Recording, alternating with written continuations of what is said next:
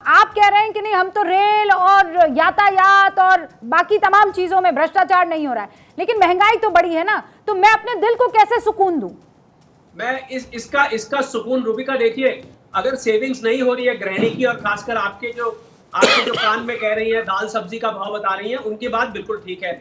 और पर इसमें तर्क ये है रूबिका कि पूरी दुनिया में जब से रशिया यूक्रेन का लड़ाई खासकर जब से शुरू हुई, हाँ। उसके बाद से इस महंगाई डायन ने रूबिका पूरी दुनिया को अपनी गिरफ्त में ले लिया।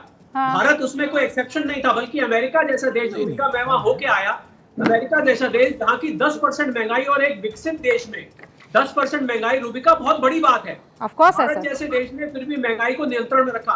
तो मैं समझता हूं इसको ऐसे समझना चाहिए कि पूरी दुनिया जिस चीज से त्रस्त रही, तो भारत उसमें एक्सेप्शन नहीं था। तो गृहिणियों को हम ये तो नहीं कह सकते कि भाई आपकी सेविंग नहीं हुई और आपकी बचत नहीं हुई, आपको दिक्कत आई, हम ये तो नहीं कह सकते। हाँ। पर हम ये जरूर कह सकते हैं, क्षमा करिएगा, मेरे यहाँ पर लाइन कुछ टाइम के लिए आउटेज हुई है, कुछ सेकंड्स के लिए वापस आ जाएगी। हाँ, कोई बात नहीं, मैं समझ गई, महंगाई की बात कर रहे हैं। नहीं तो देखिए, शरद भाई बोल रहे थे लाइट चली चली गई। हाँ। मैं दो बातें कहना चाहता हूं शरद भाई। एक तो हमें एक तरीके से देखा जाए रूस यूक्रेन युद्ध का फायदा हुआ है, ऑयल हमें 30% डिस्काउंट पे मिला है, नुकसान नहीं हुआ।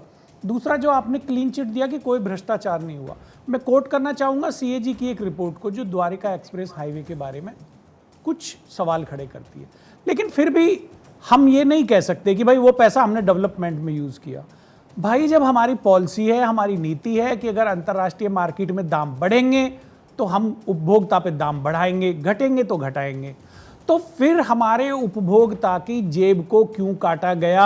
मेरा प्रश्न है सीधा जफर भाई से। हाँ, जफर भाई जवाब दीजिएगा। पहले मैं अपने दो और मेहमानों से ओपनिंग रिमार्क ले लूं। शरद जी, मैं आपका भी रुख करूंगी। अखिल जी, बहुत बार आप मुस्कुराए, और खासकर तब जब मैंने कहा भैया हमको तो नहीं समझ में आता है कि ये क्या है, कि ये मुद्रास्फीति बढ़ गई है, कम हो गई है, फला जगह पर महंगाई ज़्यादा है। आप तो खुशी मनाइए कि आपके यहाँ पर सिर्फ दूध महंगा हुआ है, वहाँ तो देखिए हर चीज़ महंगी हो गई है। लेकिन क्या आज की तारीख में महंगाई सच में लोगों को परेशान कर रही है कि नहीं? क्योंकि मुझे पता है एक टाइम पर तो फिल्में बन जाती थी सर, टमाटर महंगा होता था तो वो गाना भी वहीं से आया था, महंगाई डायन खाए जाते हैं। आज की तारीख में ये बहुत बड़ा मुद्दा दिखता नहीं है। व्हाट इज द रीजन, क्या वजह है?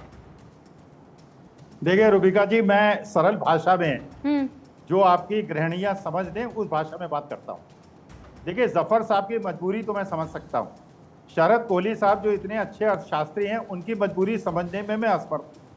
देखिए, वास्तविकता यह है कि विदेश को हिंदुस्तान ने फायदा पहुंचाया है और हिंदुस्तान की जनता को मार दिया है, हिंदुस्तान की गरीब जनता को मार दिया है। और जो सड़कों की बात हम लोग कर रहे हैं, हाँ। सड़कें बनाई हैं और टोल टैक्स इतना ज्यादा बढ़ा दिया है, जितना पेट्रोल में हम लोगों का खर्चा नहीं होता उससे ज्यादा टोल में खर्चा होता है। और सरकार जो है एक प्रकार से केवल पूंजीपतियों की सरकार बन के रह गई है, जहां पे पूंजीपतियों को फायदा हो रहा है और गरीब और मध्यम वर्ग पूरी तरह से पिट रहा है।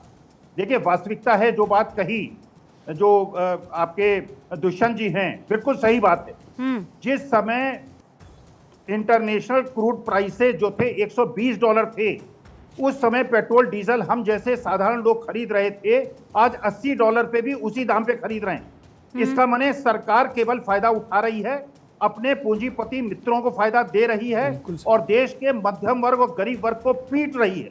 ठीक है। देखिए, एक चीज और, हाँ।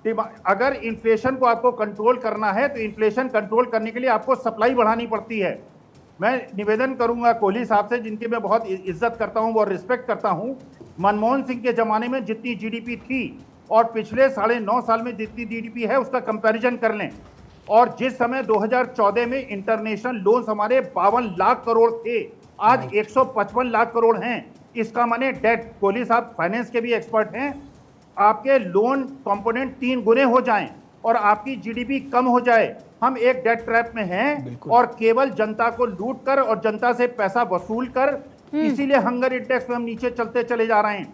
बड़े लोगों की आमदनी बढ़ रही है और कमजोर लोगों की आमदनी घट रही है। तो जो बात जफर साहब कह रहे हैं वो भी ठीक है, हाँ। और जो कोहली साहब कह रहे हैं वो भी ठीक है, हाँ। जो दुष्यंत साहब वो कह रहे हैं वो भी ठीक है, हाँ। लेकिन देश की गरीब जनता पिट रही है और सूट बूट वाले आनंद उठा रहे हैं। ओके सर, अब मैं आपकी सारी बात समझ गई। तो अब मुझे ये समझा दीजिए कि रिटेल महंगाई दर में फिर गिरावट क्यों दर्ज हो रही है?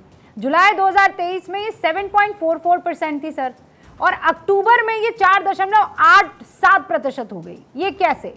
और जो सामान है वो भी सस्ता हो रहा है, थोक महंगाई दर शून्य से नीचे आ गई है, -0.52% है। इसके क्या माने हैं सर? और ये भी कि पूरी दुनिया में मुद्रास्फीति दर जो है वो मतलब अर्जेंटीना तो मुझे कहना ही नहीं चाहिए 121.7। मैं आती हूं उन देशों में, अमेरिका 4.1, यूके 7.7, यूक्रेन, तुर्की, ये सब चलिए मैं छोड़ देती हूं, पाकिस्तान का भी जिक्र करना ठीक नहीं है, लेकिन वो तमाम देश जो जिनको हम कह सकते हैं कि विकसित मुल्क हैं, वहां पर भी महंगाई दर जो है वो भयंकर है। हम उस लिहाज से तो बेहतर ही कर रहे हैं ना, हाँ कि ना? हंगर इंडेक्स में हमारी लगातार गिरावट ये कह रही है कि हम बेहतर नहीं कर रहे हैं। ओके। दूसरी बात देखिए, इन्फ्लेशन का नेगेटिव होना, ये अर्थशास्त्री भी बताएंगे, कोहली साहब भी बताएंगे और जफर साहब भी बताएंगे, it is not a positive sign. अगर हिंदुस्तान के अंदर परचेजिंग पावर कम हो रही है, डिमांड कम हो रही है, इसके बाद भी इन्फ्लेशन कम हो रहा है, इसका माने हम लोग स्टैग्फ्लेशन की स्थिति में हैं।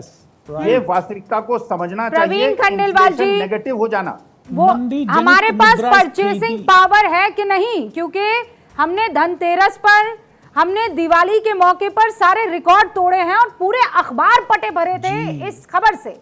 और दूसरी तरफ अखिल स्वामी ये कह रहे हैं we do not have purchasing power. सच क्या है प्रवीण खंडेलवाल? सिर्फ गोल्ड खरीदा है, चंद लोगों ने खरीदा है। अनम्यूट कर लीजिए प्रवीण जी।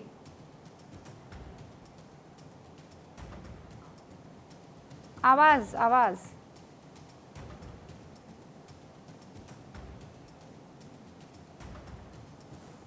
नहीं, मैं सुन नहीं पा रही हूँ सर, कुछ तकनीकी खामी है। शरद जी आप जवाब दें उससे पहले। सैयद जफर इस्लाम साहब, आपने सुना दुष्यंत नागर ने कहा, स्वामी जी ने कहा कि आप लोगों ने देश को नुकसान पहुंचाया, गरीबों को एकदम तबाह करके रख दिया है, दुनिया में वाह जरूर हो गई आपकी। क्या जवाब? देखिए, आज इस देश की जनता को एक ऐसी पहली बार ऐसी सरकार मिली है जो उनकी चिंता करने वाली, उनके दामन को थामने वाली है।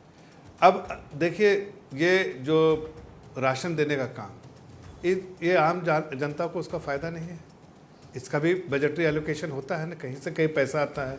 सड़कें उनके घर तक बनाई गई, जब टूटे फूटे सड़क से जब जाते हैं तो पेट्रोल भी ज़्यादा खर्चा होता है, डीजल भी, फ्यूल जो है ज़्यादा कंजम्पशन होता है, वो एफिशिएंसी बढ़ जाती है जब रोड बढ़ जाता है, उनके घर तक बनता है, जो रूरल इंफ्रास्ट्रक्चर होता है। तीसरी बात, जब उनके घर में बिजलियाँ जाती हैं, उनकी ज़िंदगी बेहतर होती है, और जब टॉयलेट बनता है, गैस चूल्हा देते हैं तो उनकी ज़िंदगी बेहतर होती है। इनके बारे में चिंता नहीं करते हैं। अब आपको एक और बता दें, शायद इकोनॉमिस्ट लोग बैठे हैं, उन्होंने एनालिसिस किया होगा। आप हाई फ्रीक्वेंसी डेटा देखिए तो आपको समझ में आएगा कि रूरल डिमांड बढ़ा है, मतलब गांव में पैसे ज़्यादा हैं, हाँ, डिस्पोजेबल इनकम बढ़ी है, और गांव के डिमांड से आज जो है देश में लोकल डिमांड भी बढ़ा है।